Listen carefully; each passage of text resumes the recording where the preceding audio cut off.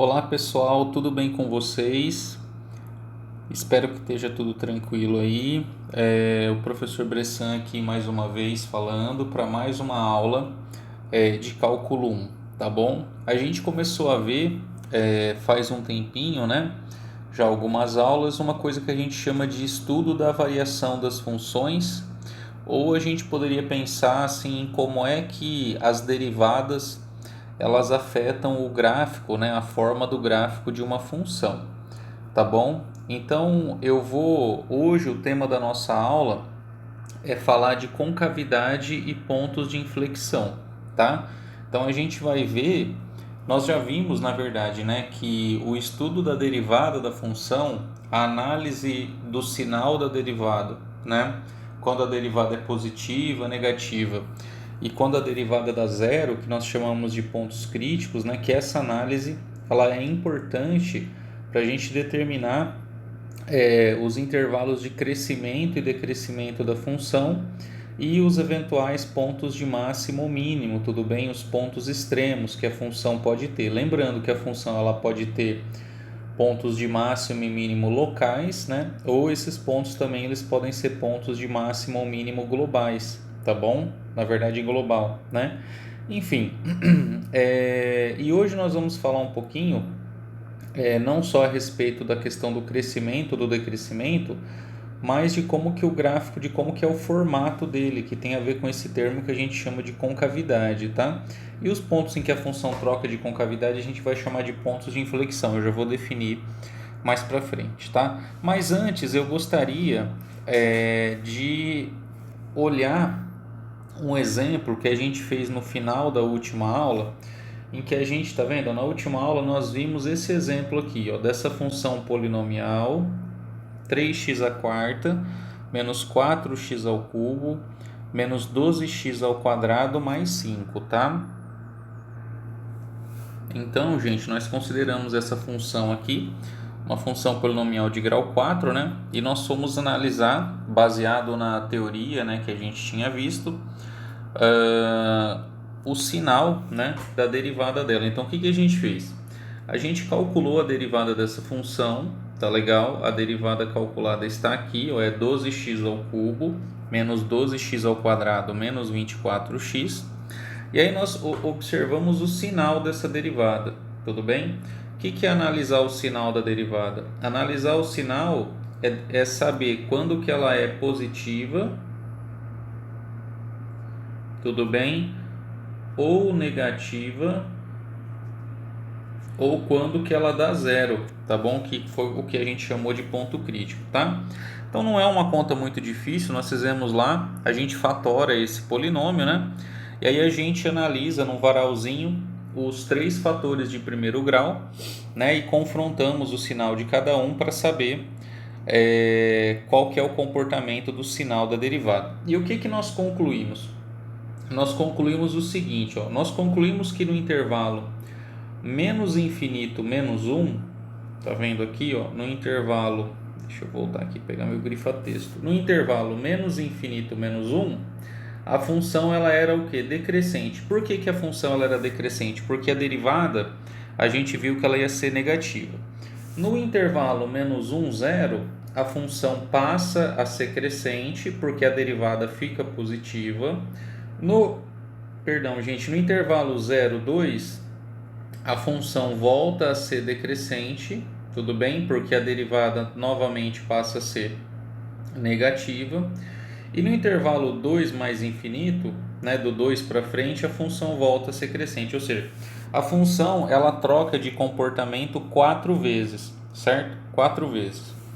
Aqui ao lado, na aula passada eu não fiz isso, mas hoje eu fui no aplicativo lá que traça gráfico e eu pedi para ele desenhar o gráfico dessa função p de x, tudo bem? Então nesse quadrinho aqui, o que eu tenho para vocês é o gráfico da função p de x. E nós vamos comparar o gráfico agora com os resultados que a gente tinha analisado antes, tudo bem? Então vamos observar, ó, vamos olhar. O ponto menos 1, ele está aqui, tá vendo? Aqui está o ponto menos 1. Então o que a gente tinha concluído? A gente tinha concluído que do menos infinito ao menos 1, a função ela é o que? Decrescente. E tá vendo como é que o gráfico vem aqui, ó? Então, o intervalo menos 1, menos infinito, são os pontos aqui, né? Que eles estão o que? Eles vêm do menos infinito até chegar aqui no menos 1, certo? Esse é o intervalo menos 1, menos infinito. Ou seja, essa parte aqui, ó, né? Da reta real. Claro que eu não desenhei tudo, porque, né, tem menos 1, menos 2, taraná, vai muito longe, né? Mas já dá para perceber pelo gráfico, ó, como que a função vem nesse intervalo, ó, ela vem o que? Ela vem caindo, ó, ela vem decrescente, tá vendo? E ela vai decrescente, ó, até chegar onde? Até chegar no menos 1, tá vendo? Então o menos 1, ele é o ponto, né, que delimita o decrescimento da função, nesse caso aí, tá legal? Então, novamente, ó, a função ela vem decrescente e ela vai decrescente, ó, até chegar ao menos 1. Tá vendo que no menos 1 o gráfico ele fica meio horizontal, certo? Isso aqui é importante, tá? No menos 1 o gráfico fica horizontal, tá legal? Aí o que acontece? Na nossa discussão, a gente analisou o quê? Que no intervalo menos 1, 0, a função ela era crescente, ó. Então, onde que está o zero? Ó, o zero está aqui, tá bom? Que é a origem, né, do plano cartesiano. E olha o que acontece no intervalo menos 1, 0. O intervalo menos 1, 0 é esse intervalo aqui, ó, que vai do menos 1 até o zero. Observa que a função agora, ela passou a ser o quê? Ela passou a ser crescente, ó. Agora ela começou o quê? Ela começou a crescer, tá vendo, ó? Agora ela começou a crescer, certo? Tudo bem que é um crescimento assim, né? Nessa escala, tá vendo que que o eixo x e o eixo y estão em escalas diferentes, tá? Então, tipo assim, ó, então esse crescimento aqui nessa escala parece um crescimento singelo, mas é um crescimento, tá? Então, aqui no zero, ó, tá vendo? Aqui o f do zero, que é esse ponto aqui, ó, f do zero é igual a 5, tá? Se você substituir a função no zero aqui, vai dar 5, né? Esse cara aí, tá vendo? Ele é o cara que delimitou o crescimento, ou seja, a função vinha decrescente, certo? Ela vinha decrescente do menos infinito até o menos 1, do menos 1 até o zero ela passou a ser crescente, tá? E aí, ó, o que que acontece? A gente, na nossa análise, ainda, né, discutimos lá, constatamos que no intervalo 0,2 a função volta a ser decrescente. Então vamos olhar o que está acontecendo aqui, ó. Onde que está o 2? O 2 ele está aqui, tá vendo? O 2 está aqui. Então quem que é o f do 2? Ó, o f do 2 é esse cara que está aqui embaixo, tá? Depois vocês podem calcular e ver quanto é que dá. Ó, o intervalo 0,2. Quem que é o intervalo 0,2? O intervalo 0,2 é esse cara que está aqui, ó. Esse é o intervalo 0,2. Tudo bem? Eu vou fazer os intervalos, pessoal, de cores diferentes aqui, tá? Então, eu vou fazer um verdinho, que é esse aqui. Isso. Aí eu vou fazer um outro aqui de outra cor. Vou tentar pegar pode ser cinzinha mesmo aqui. Para fazer o menos infinito, menos 1. Tá vendo? É só para vocês entenderem os intervalos, tá? E aí depois eu vou fazer o outro aqui. Que cor que eu não usei? Não usei o azul, né? Vou fazer o outro aqui azulzinho, que é do 2 para frente, tá? Então, tá vendo? São as 4 regiões. E aí, o que aconteceu? Ó, na nossa análise, nós descobrimos, né? A gente já sabia que no intervalo 0,2, que é esse intervalo amarelo, a função, ó, o que aconteceu? Ela volta a ser decrescente, ó. Ela volta a ser decrescente, tá vendo? E ela vai decrescente até onde? Ela vai decrescente, né? Até chegar no menos 2, tá vendo? Até chegar no menos 2.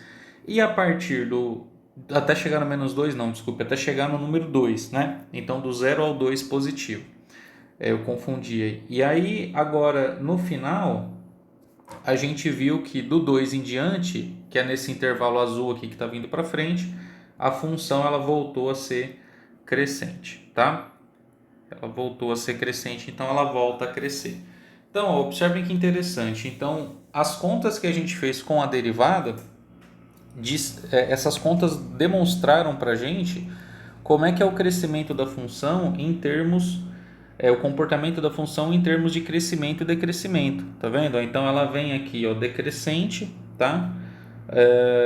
No primeiro trecho, depois cresce, decresce, depois cresce de novo. Então tem essa troca de comportamento. Então, ó, vamos analisar rapidamente o que acontece. Vamos olhar o ponto 1 aqui, ó. Vamos olhar o ponto 1. Ora bolas, se a função decresceu até chegar nele e a partir dele ela cresceu, esse ponto necessariamente ele é o que? Ele é um ponto de mínimo local, concorda? Ele é um ponto de mínimo local. Por quê? Porque a função ela decresceu, tudo bem, até chegar nele e a partir dele ela cresce, tá certo? Então é como se ele fosse o ponto que está mais profundo aqui no gráfico, vamos pensar desse jeito, ou seja, que ele está mais baixo no gráfico nessa região, tá bom? Então o ponto -1, ele é um ponto de mínimo local, tá certo? Quando você olha o zero, aqui, ó, quando você olha o zero, o que acontece, né? No zero é o contrário, a função vai crescer, tudo bem, até atingir o x igual a zero, que no caso a imagem é 5, né? Mas ela vai crescer, tudo bem, no intervalo, e a partir do zero ela começa a decrescer, tá? Então esse ponto aqui, ó, o zero, ou você pode colocar até aqui assim, ó, né? O ponto 0,5, tá? O que ele é? Ele é um ponto de máximo local. Agora, ó, máximo local. Então, o ponto 0,5, né? 0 no x, 5 no y, é um ponto de máximo local. Já o ponto -1, 0, que é -1 no x, 0 no y, era o mínimo local. Continuando, esse cara aqui, ó, né? Que é a imagem do 2, como a função decresce até ele e volta a crescer, o mesmo raciocínio que eu usei para o -1. Esse cara aqui, o que ele é? Ele é um mínimo local, tá bom? E depois a função ela passa a ficar crescente, né? E ela vai crescer indeterminadamente. Só lembrando que eu já tinha comentado na outra aula, né? Que esse cara aqui, ó, esse polinômio ele tem grau 4, certo? Que é grau par. Como o número que multiplica o coeficiente de maior grau ele é um número positivo, que é o número 3, significa que tanto indo para o mais infinito, tudo bem? Quanto indo para o menos infinito, ou seja, se você colocar números negativos, né? Você colocar, deixa eu fazer infinito bonitinho aqui. Tanto indo para o mais infinito quanto para o menos infinito, o que acontece? Mesmo que o número seja negativo, como ele está elevado à quarta potência, ele passa a ser positivo, então multiplicado por número positivo continua positivo. Então estou argumentando que esse gráfico aqui, ó, esses gráficos aqui, tanto esse ramo do gráfico aqui quanto esse outro ramo do gráfico aqui, eles explodem para mais infinito, tudo bem? Então esse ponto aqui, ó, que é o ponto -2, né, que é a imagem do -2, eu estou falando -2, mas é 2, tá? Estou confundindo. A imagem do 2, ela além de ser mínimo local, ela também é mínimo global, tá bom? Também é mínimo global. Porque como eu sei que ele é o menor entre os dois e a função fica positiva e ela é contínua, então não tem como ter um menor do que ele depois, porque a função a partir daqui ela vai crescer, tá? Então eu só estou fazendo isso aqui para a gente revisar os conceitos que nós vimos na última aula, tá? Junto do gráfico e ver que tudo faz sentido. Então vamos escrever aqui uma tabelinha, na verdade um resuminho, tá? Do que a gente sabia, tá bom? Então resuminho.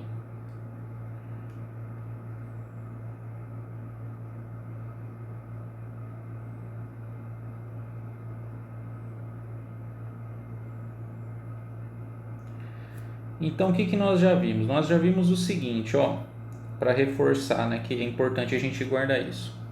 A gente já viu que se a derivada de uma função f' de x ela for estritamente positiva num intervalo i,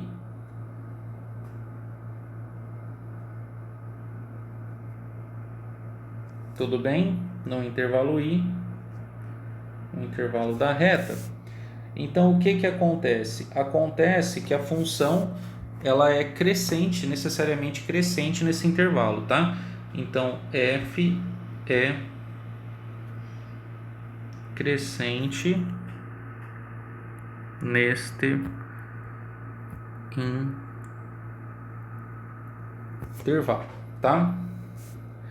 A gente sabe o que? A gente sabe que se a derivada ela for negativa, tudo bem?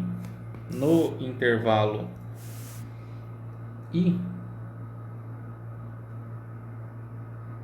no outro intervalo, né? Eu estou colocando o I aqui como um nome genérico, como a gente viu ali no exemplo de cima, né? Então os intervalos eles variam. Então se a derivada da função for negativa no intervalo I, o que que acontece? A f necessariamente ela é decrescente neste intervalo. E que mais que a gente sabe? Ó? Então isso aqui vamos colocar assim, fato 1, propriedade 1, propriedade 2 e propriedade 3, tá? A gente sabe que se f assume, se a função f assume um máximo ou um mínimo local num ponto que eu vou chamar de x barra, aqui só para destacar, vírgula, então, vou colocar com setinha aqui, eu estava fazendo aqui, né? Com a setinha. Então, se f assume o máximo ou mínimo local num ponto x barra, o que a gente sabe? A gente sabe que o f' de x barra tem que ser igual a zero. Ou seja, né, na nomenclatura que a gente falou, ou seja, x barra é um que a gente chamou de ponto crítico de f, certo? Basicamente é isso que a gente sabe, tudo bem? Gente, eu gostaria de fazer uma observação, tá? A respeito dessa terceira propriedade, porque assim, no nosso exemplo aqui, o que a gente viu? Quando a gente analisou a equação, né, no exemplo aqui anterior, a gente resolveu a equação P' de x igual a zero, tudo bem? O que a gente encontrou? A gente achou as raízes da derivada e a gente encontrou os pontos, né? x1 igual a menos 1, tudo bem? Que é o que está marcado ali. A gente encontrou x2 igual a 0 e encontrou x3 igual a 2, tá? Então, esses aqui são o que a gente chamou de pontos críticos da função, tá? E nesse exemplo, todos os pontos críticos, tá? Tanto o menos 1, quanto o 0, quanto o 2, tá vendo? A gente classificou eles aqui. Eles são pontos o quê? Ou de mínimo local, tem esses dois aqui, ou de máximo local, tá legal? Então, os três são o máximo ou mínimo local. Mas o que essa terceira condição aqui fala para a gente, ela fala assim, se a f assume um máximo ou mínimo local num ponto x barra, então significa que o f' de x barra é zero, ou seja, x barra é um ponto crítico. Então está dizendo assim, ó, se a função assume um máximo, a função tem derivada, a função é diferenciável, e ela assume um máximo ou um mínimo local num determinado ponto, necessariamente a derivada tem que ser zero, tá bom? Não significa que se a derivada tem que ser zero, o ponto tem que ser máximo ou mínimo local, tá bom? Então eu vou colocar uma observação, que é uma observação importante aqui, e eu vou fazer um exemplozinho para vocês, né? É que o que a gente chama de volta, né? Então vamos colocar assim, ó, a volta, né, dessa propriedade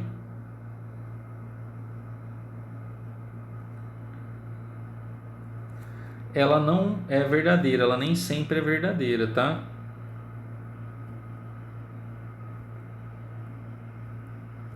é verdadeira, tá? E aí eu vou fazer um exemplo aqui para vocês, ó, que é um exemplo muito simplesinho para a gente observar isso aqui, tá? Nós vamos pegar a função y igual a x, vamos pegar, vou escrever f como eu fiz ali, ó, vamos pegar a função f de x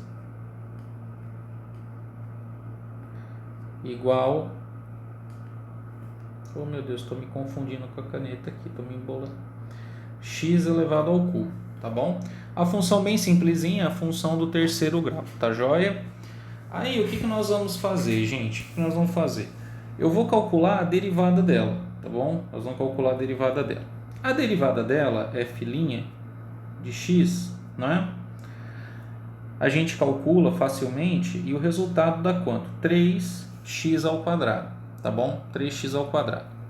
Ou seja, essa função aqui, ela é uma função que tem derivada, é uma função diferenciável, ou seja, né, o domínio dessa função aqui, né, é o conjunto de todos os números reais, é uma função simples, né, e tem derivada em todo ponto, é uma função bem tranquila, como que a gente calcula? 3x quadrado.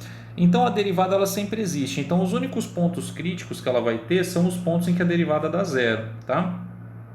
Então, se eu quero encontrar pontos críticos dela, ó, pontos críticos, pela definição que a gente deu, o que eu tenho que resolver? Eu tenho que resolver f' de x igual a zero, ou seja, eu tenho que resolver 3x ao quadrado igual a zero, tá bom? Mas para 3x ao quadrado dar zero, o x ao quadrado tem que ser zero, e para um número ao quadrado dar zero, só se ele for zero, tá bom? Então o que a gente conclui?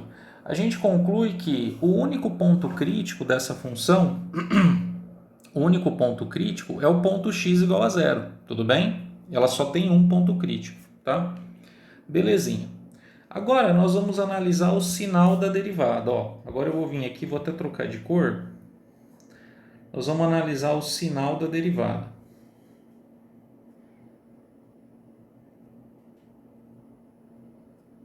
Sinal da derivada. Ora, a minha derivada ela não é igual a 3x ao quadrado, ó. Não está aqui 3x quadrado? A gente sabe que x ao quadrado, né, ó, a gente sabe que x ao quadrado é alguma coisa que é sempre positiva, não é? Se você pega um número e eleva ao quadrado, essa coisa é sempre positiva. Quando você multiplica isso por 3, que é um número positivo, isso não muda. Então, 3 vezes x ao quadrado é sempre positivo. Então, o que a gente vai concluir, pessoal? Eu vou fazer aqui um risquinho, tá? Vou fazer aqui tipo um varalzinho daqueles que a gente faz.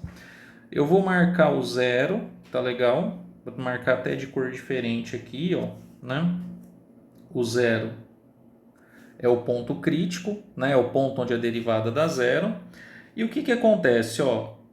A derivada, ela é sempre positiva, ou seja, tirando aqui no zero, que é onde, substituindo, ela vai dar zero, ela vai ser sempre positiva. Então aqui, ó, é positivo, positivo, positivo, positivo, positivo, positivo, positivo, positivo, tá vendo? Porque a função x ao quadrado é uma parábola que toca, né, o eixo x no zero, então ela está toda para cima do eixo x. Então a f', né, não tem como ela dar negativa, ela é sempre positiva, tá bom? Então, fazendo um outro varalzinho aqui embaixo, né, como a gente tem feito, ó, agora para olhar o comportamento da função f baseado no sinal da f', tá bom? Agora isso aqui é o comportamento da f. O que a gente vai ter? Eu vou marcar o zero aqui de novo. Zero. O que a gente vai ter? Ó, a gente vai ter que a função ela vai ser o quê? Como a derivada é positiva, a função vai ser crescente antes do zero, tudo bem? E depois do zero, a função vai continuar crescente. Tá vendo? Ó, a função cresce até o zero e depois do zero ela continua crescendo, ela não passa a decrescer, tá? Então observa que é um comportamento diferente do que aconteceu no exemplo anterior. Vamos analisar aqui, ó, não quero deixar muito carregado aqui o meu gráfico, mas veja bem, ó, vamos olhar de novo aqui, ó. A gente tinha falado que para essa função aqui, vamos olhar o menos 1, por exemplo. A função decrescia, ó, decrescia até chegar aqui. E depois o que acontecia com ela? Depois, ó, ela crescia, tá vendo? Ela crescia. Ela decrescia e aí pá, ela crescia para cá, tá vendo? Ó? Por isso que o menos 1 ficou mínimo. Por que, que o ponto 0,5 ficou máximo? Porque ela cresceu, ó, aí depois o que aconteceu? Ela decresceu, tá vendo? Então o que eu estou tentando explicar, ó, é o seguinte, que para o ponto ser máximo local ou mínimo local, você precisa ter uma troca de comportamento, né? Ele tem que ser um ponto crítico e a função tem que trocar de comportamento em termos de crescimento ou decrescimento a partir do momento que ela passa por ele, tudo bem? Então aqui nesse aqui, ó, no menos 1, nesse primeiro, ó, nesse primeiro aqui, decresceu, cresceu, é mínimo local. Nesse outro aqui, ó, cresceu, decresceu, é máximo local. Nesse outro aqui, decresceu, cresceu, é mínimo local. Tá vendo? Agora, nesse caso aqui, cara, não acontece isso. Tudo bem? Não está acontecendo isso. Por que não está acontecendo isso? Então, vamos, pessoal, rapidamente aqui dar uma analisada no gráfico da função x ao cubo, tá? Então, esse desenho em azul que eu fiz aqui, ó, isso aqui é o gráfico da função x ao cubo, tá? Então, aqui, eixo x, tudo bem? Eixo x, eixo y.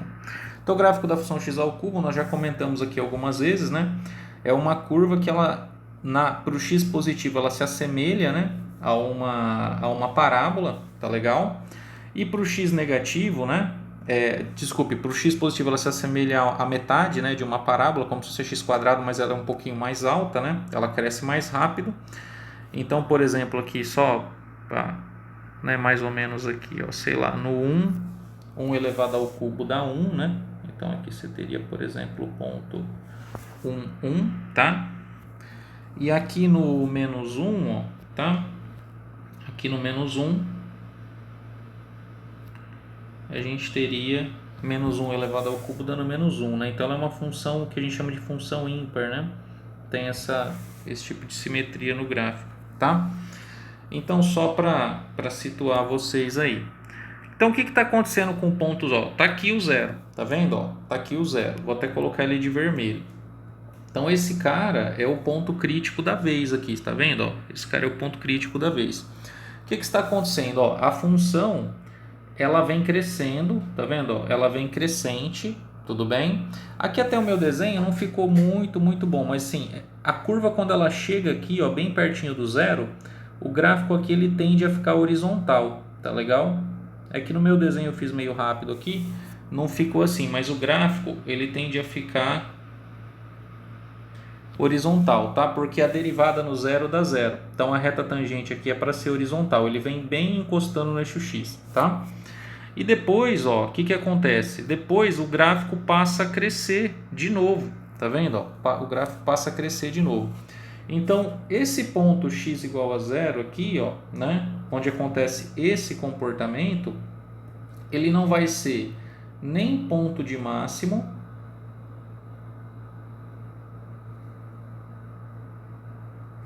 e também não vai ser nem ponto de mínimo, tá bom? Ele vai ser um tipo de ponto que a gente chama de ponto de sela, tá bom? Então esse cara aqui, ó, né? Vou apagar esse horizontal aqui, que eu já comentei. Esse cara aqui vai ser o que a gente vai chamar de ponto de sela. Então o que é o ponto de sela? O ponto de sela é o ponto onde a derivada dá zero, ou seja, ele é um ponto crítico, tudo bem? Mas ele não é nem máximo e nem mínimo, tá bom? Ele não é nem ponto de máximo nem ponto de mínimo, tá joia? Então, esse cara é o ponto de sela, tá legal? E aí o nome ponto de sela, né?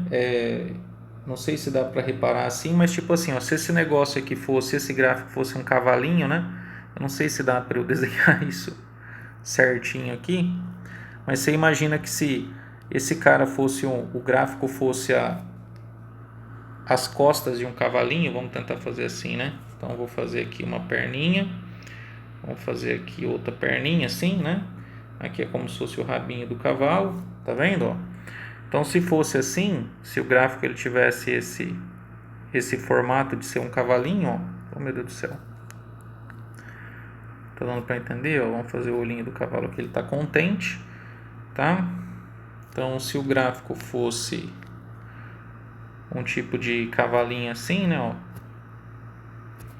fazer as patinhas do cavalo aqui bonitinhos, tá legal? Então, se você tivesse essa situação aqui, onde que você colocaria a sela do cavalo? Você colocaria a sela do cavalo nesse ponto, tudo bem? Então, por isso que o ponto chama ponto de sela, ou seja, é um ponto onde você tem uma sinuosidade no gráfico que se assemelha, vamos assim dizer, às costas, né, de um cavalo ou de um animal, onde a gente selaria ele, né, onde a gente poderia encaixar as pernas nele. Só que ao mesmo tempo, tá vendo? Ele não é nem ponto de máximo e nem ponto de mínimo, tudo bem? Então, só para concluir, essa terceira afirmação, tá? Essa terceira afirmação, ou seja, que se f assume um ponto de máximo ou mínimo, então ele tem que ser ponto crítico, a derivada da zero, né? No caso, para uma função diferenciável, ela é verdadeira. Só que cuidado com a volta. Não significa que se a derivada dá zero, o cara vai ser máximo ou mínimo. Olha o exemplo aqui, o ponto de célula da função x ao cubo. E tem outras funções que vão ter esse comportamento também, tá bom? Então, lembre sempre que ponto crítico ele pode ser ponto de máximo local ou global, ponto de mínimo local ou global, ou uma última categoria que chama ponto de sela, tá? E na aula de hoje a gente vai entender melhor como classificar esses pontos, tá? Pessoal, então para continuar aqui, né, na nossa discussão, na nossa argumentação, eu copiei mais uma vez o gráfico daquela função p de x, né, que foi o exemplo, né, que a gente fez no final da última aula e que eu estava comentando aqui no começo dessa aula, tá? O que a gente vai tentar conceituar agora é uma coisa que é chamada de concavidade do gráfico, tá?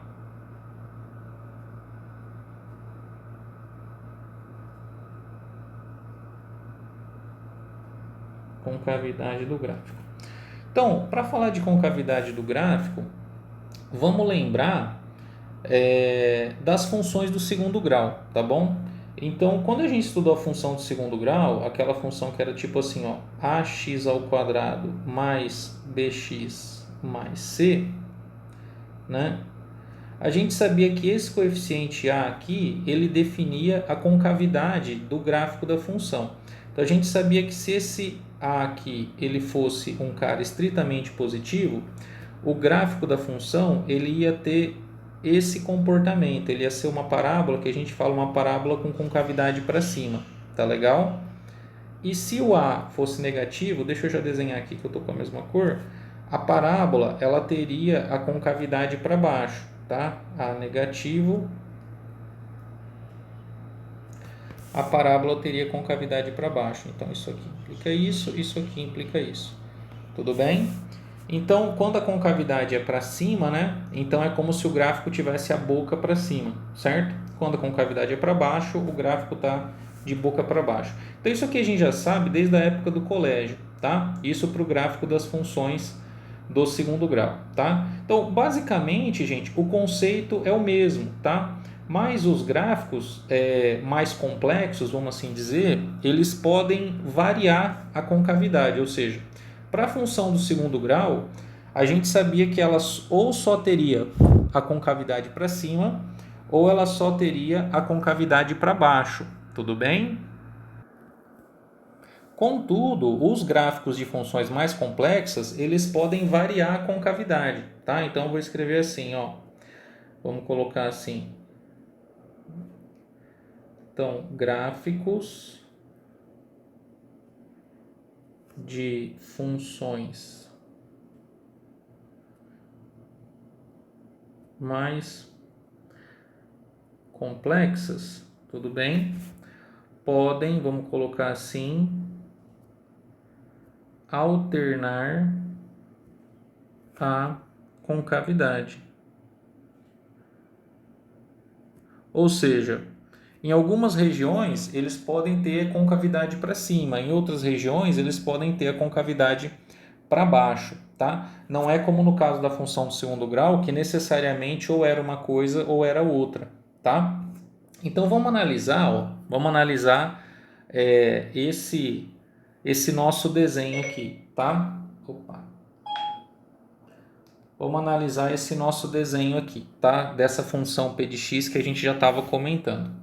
Então, observa que o gráfico ele tem um formato, ele tem uma sinuosidade, né? Em algumas regiões parece que ele tem, vamos assim dizer, a boca para cima, em outras regiões parece que ele tem a boca para baixo, tá? Então, a ideia é assim, ó. A ideia a gente pensa assim, será que a gente conseguiria encaixar, onde que a gente conseguiria encaixar parábolas, né, digamos assim, para fazer o formato do gráfico para a gente poder identificar, tá? Então eu vou começar com essa primeira região, ó, acompanhe o meu raciocínio. Tá vendo que aqui, ó, parece que o gráfico ele tende a ter a boca para cima, como se nessa região aqui, ó, eu conseguisse encaixar um tipo de curva ou parábola que tivesse a concavidade para cima, tá vendo, ó, nesse começo? Só que o que acontece, ó, essa região que eu desenhei aqui, tá vendo? Essa região que eu desenhei aqui, ela meio que não continua, entendeu? Ou seja, em algum ponto aqui para frente do menos um, o gráfico ele vai mudar de comportamento, tá? O gráfico muda de comportamento. E aí ele passa a ter o quê? Ele passa a ter uma coisa que a gente chama de concavidade para baixo, ou seja, ele passa a ter a boca virada para baixo. Tá vendo, ó? Deixa eu tentar fazer um desenho bonitinho aqui. Passa a ter a boca, ó, virada para baixo. Tudo bem? Então ele tinha concavidade para cima e aí ele passa a ter concavidade para baixo, ele troca, tá?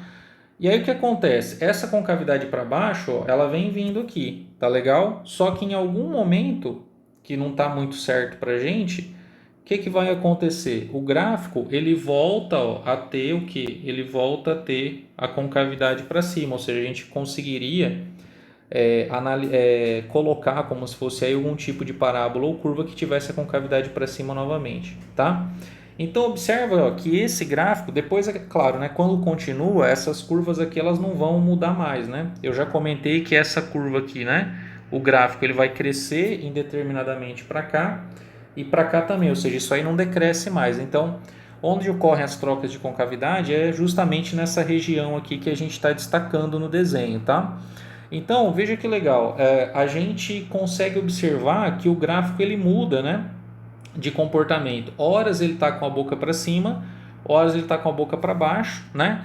E aí, nesse caso, ele troca duas vezes de concavidade, tá? Quais que são os pontos que a gente tem que observar? Vamos tentar olhar mais ou menos, ó, onde que ocorre essa troca, tá? Onde que ocorre essa troca? Então, veja bem, aqui, ó, vamos começar daqui, tá? Vou pegar o meu grifa-texto aqui, ó. Vou começar daqui, ó. A concavidade nessa região, ó, claramente ela está para cima. Então, até chegar aqui no menos 1, tá meio claro que o gráfico está com a boca para cima, tá vendo? Só que a partir do momento que a gente passa do menos 1, ó, em algum ponto por aqui, mais ou menos por aqui, ó, tá vendo, ó? Mais ou menos por aqui, o gráfico ele passa a ter a concavidade para baixo, tá vendo? Ó, ele vinha de boca para cima, mas aí ele vira, ele passa a ter a concavidade para baixo, tá? E aí ele começa a ter aqui, ó, a concavidade para baixo, tá vendo? Ó, concavidade para baixo, para baixo, para baixo, para baixo, para baixo. Tá vendo que mais ou menos por aqui, ó, mais ou menos por aqui, nesse ponto, ó, mais ou menos nesse ponto, não precisa ser perfeito, tá? Nós só estamos analisando aqui. O que acontece? Parece que nesse trecho ele volta a ter a concavidade para cima, tá vendo? Ele vira de boca para cima. Opa, perdão, gente. Vou pegar a cor certinha aqui. Ele vira de boca para cima, ó, né? E aí ele vai continuar assim até o final com a concavidade para cima, tá bom? Então tá vendo, ó, eu tenho esses mais ou menos esse comportamento, tá bom? Então o que aconteceu? Nesse caso aqui, pela nossa análise, o gráfico ele teve duas trocas de concavidade, tá vendo? Duas trocas de concavidade. O que é a troca de concavidade? Trocas de concavidade. concavidade. O que é a troca de concavidade? A troca de concavidade é onde o gráfico muda. Se está para cima, fica para baixo, se está para baixo, fica para cima. Tudo bem? E esses pontos aqui, em que ocorre a troca de concavidade, eles recebem um nome especial, que é ponto de inflexão. Tá? Ponto de inflexão. Então, esse outro cara aqui vai ser outro ponto de inflexão. Que letra caótica. Aqui vamos melhorar. Inflexão. Tudo bem, pessoal? Então, para a função que a gente está analisando, que é aquela função polinomial lá do início da aula e tudo mais, de grau 4, a gente está olhando aqui e aparentemente a função ela tem o quê? Ela tem duas trocas de concavidade, o que significa que ela tem dois pontos de inflexão, tá bom? Joia!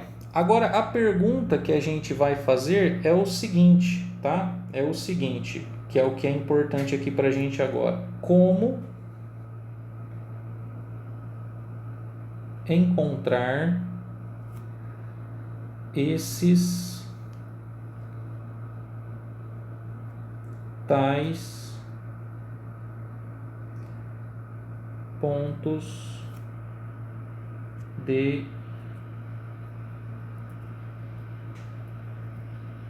inflexão, tá bom? Como encontrar esses pontos de inflexão, tá? E a resposta, ela é uma resposta relativamente simples. A gente vai ter que olhar para quem? A gente vai ter que olhar para a segunda derivada, tá bom? A gente vai ter que olhar para a segunda derivada. Eu não vou aqui, pessoal, fazer as deduções de por que esse teorema é verdadeiro, tá bom? A gente está fazendo aqui o EAD e tal, e aí nesse tipo nessa modalidade de ensino, né? Eu acabo não entrando, digamos, em tantos detalhes como eu entraria se fosse na aula presencial, mas tudo isso que eu estou falando aqui tem um porquê, ou seja, todas essas coisas que eu estou falando, esses resultados, eles são demonstráveis, tá? Tanto os de primeira derivada, para crescimento e decrescimento, como os de segunda derivada, que são esses de concavidade e pontos de inflexão, tá? Então eu vou escrever o teoreminha aqui e a gente já vai discutir, tá bom? Então, queridos, está aqui a resposta de como que a gente vai fazer para determinar, não é? Se a função num determinado intervalo ela tem concavidade para cima ou ela tem concavidade para baixo, tá? Então, o teste que a gente vai utilizar chama teste da concavidade ou teste da segunda derivada, tá? Então, o que a gente tinha visto até agora, aqueles critérios que eu escrevi no resuminho, a gente pode chamar de teste da primeira derivada, ou seja, você vai derivar a função, vai analisar quando ela é positiva, quando ela é negativa e quando ela é zero, tá? Aí, para saber a concavidade, a gente vai calcular a segunda derivada da função, ou seja, a gente vai derivar a função duas vezes, tudo bem? Então, olha o que o teoreminha diz pra gente, ó, se a segunda derivada da função, tá vendo que aqui é f duas linhas, tá vendo? Ó, se a segunda derivada da função for positiva para todo x num determinado intervalo i, então nesse intervalo a função vai ter o quê? Vai ter concavidade para cima, tá legal? Então veja bem, segunda derivada positiva, a função tem concavidade para cima, tudo bem? Analogamente, se a segunda derivada da função ela for negativa, ou seja, tá vendo aqui, ó, f duas linhas negativa para todo x num determinado intervalo, a função ela vai ter o que? Ela vai ter concavidade para baixo, tá legal? Concavidade para baixo, tá? Então vamos guardar isso. Segunda derivada positiva, concavidade para cima. Segunda derivada negativa, concavidade para baixo, tá? E quando a segunda derivada é zero, tudo bem? A função ela vai ter um ponto que a gente vai chamar de ponto de inflexão, tá bom? E aí esse ponto de inflexão vai ser o ponto onde ela troca de concavidade, tá bom? Então nós vamos fazer agora, voltar naquele exemplo que eu tinha pego no começo da aula, né? Então vamos voltar no exemplo aqui e vamos aplicar esses critérios agora da concavidade e ver o que a gente chega, tá? Então voltando ao exemplo, tá?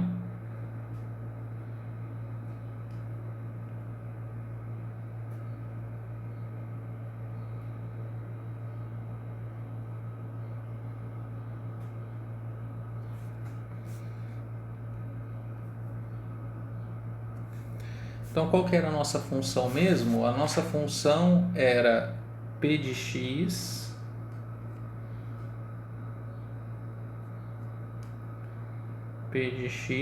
igual a, cadê? 3x à quarta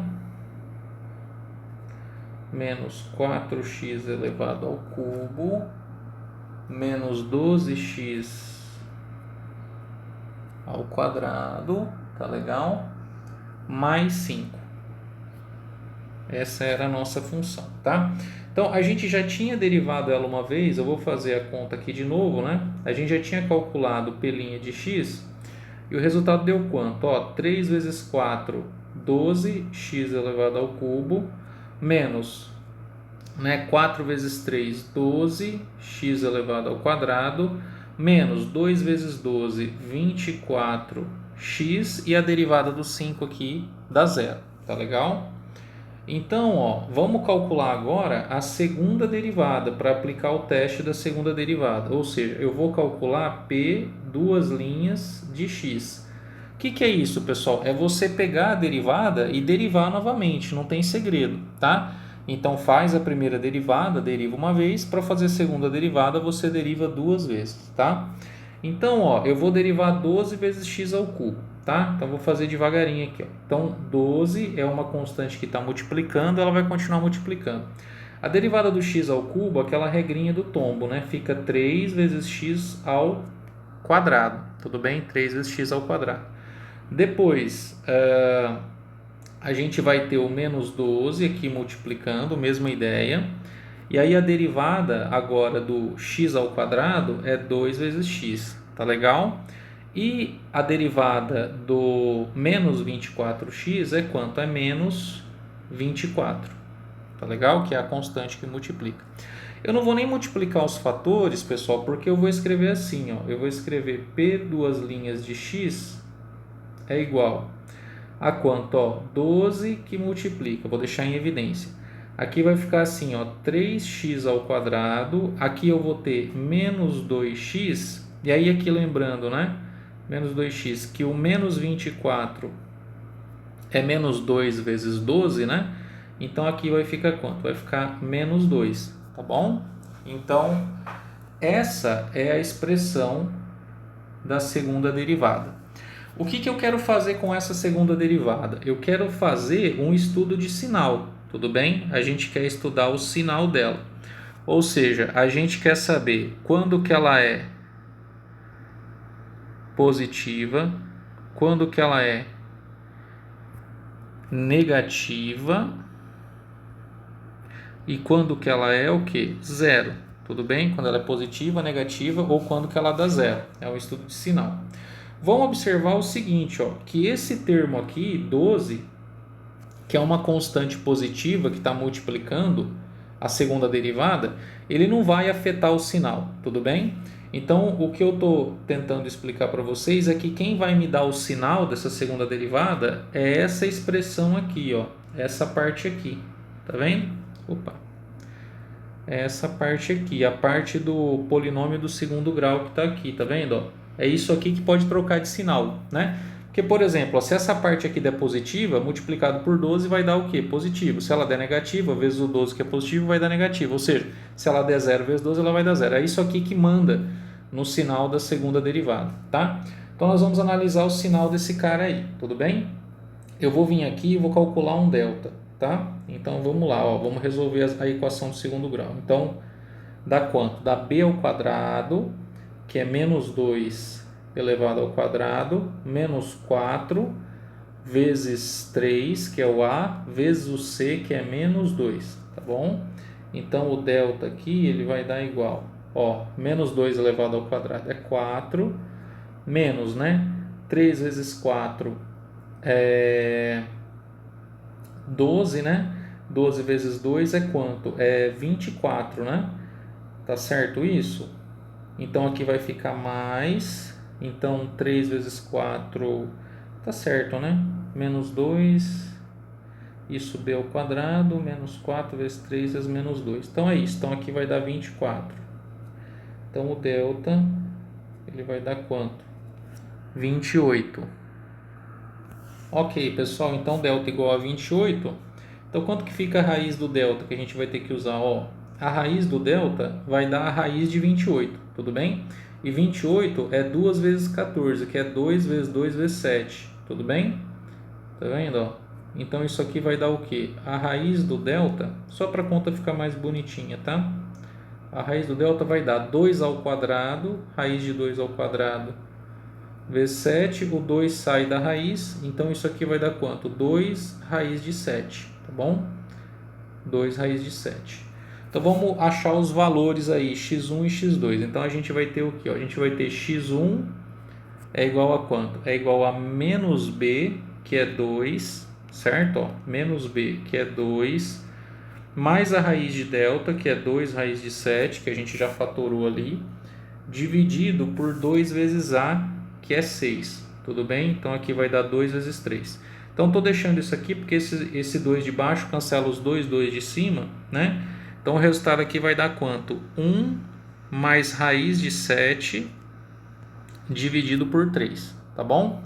E o x2, ele vai ser o quê? Vai ser menos b, que é 2, menos a raiz de delta, 2 raiz de 3, raiz de 7, desculpe, dividido por 2 vezes a, que é 2 vezes 3. Então, o que vai acontecer? A gente vai cancelar também aqui, né, o 2, e vai dar quanto? Vai dar 1 menos a raiz de 7 dividido por 3, tá? Então, esses dois números aqui, ó, vão ser os pontos onde essa função aqui do segundo grau, 3x² menos 2x menos 2, ela tem zeros, né? São as raízes dessa função. Então, como que nós vamos fazer a análise do sinal? Eu vou desenhar um varalzinho aqui, ó. Vamos desenhar um varalzinho aqui, tá? E aí, ó, a função 3x² menos 2x menos 2 está cortando o eixo x nesses dois pontos aí que a gente acabou de falar, tudo bem? Então, do lado direito aqui, eu tenho 1 mais raiz de 7 dividido por 3, e do outro lado aqui eu tenho 1 menos raiz de 7 dividido por 3, tá legal? E como que ela faz? Ela tem concavidade para cima, né? Ela é uma parábola que está assim, ó. Ela tem concavidade para cima porque o termo que multiplica o x², que é 3, né? Ele é positivo. Então aqui não precisa ficar perfeito, não. É só para a gente ter noção de como que ela tá legal? Então como é que fica o sinal? Ó, o sinal ele vai ficar assim. Onde a parábola está para o lado de cima eu deixo o x, é antes da primeira raiz e depois da segunda raiz. Tá vendo? Ó? E entre as duas, né? Entre as duas, como é que tá? O sinal ele tá o quê? Tá negativo, porque a parábola foi para o lado de baixo, tá bom? Como que fica a análise então da concavidade? Vamos fazer aqui a análise da concavidade, ó. Vou fazer um outro risquinho, tá bom? Opa,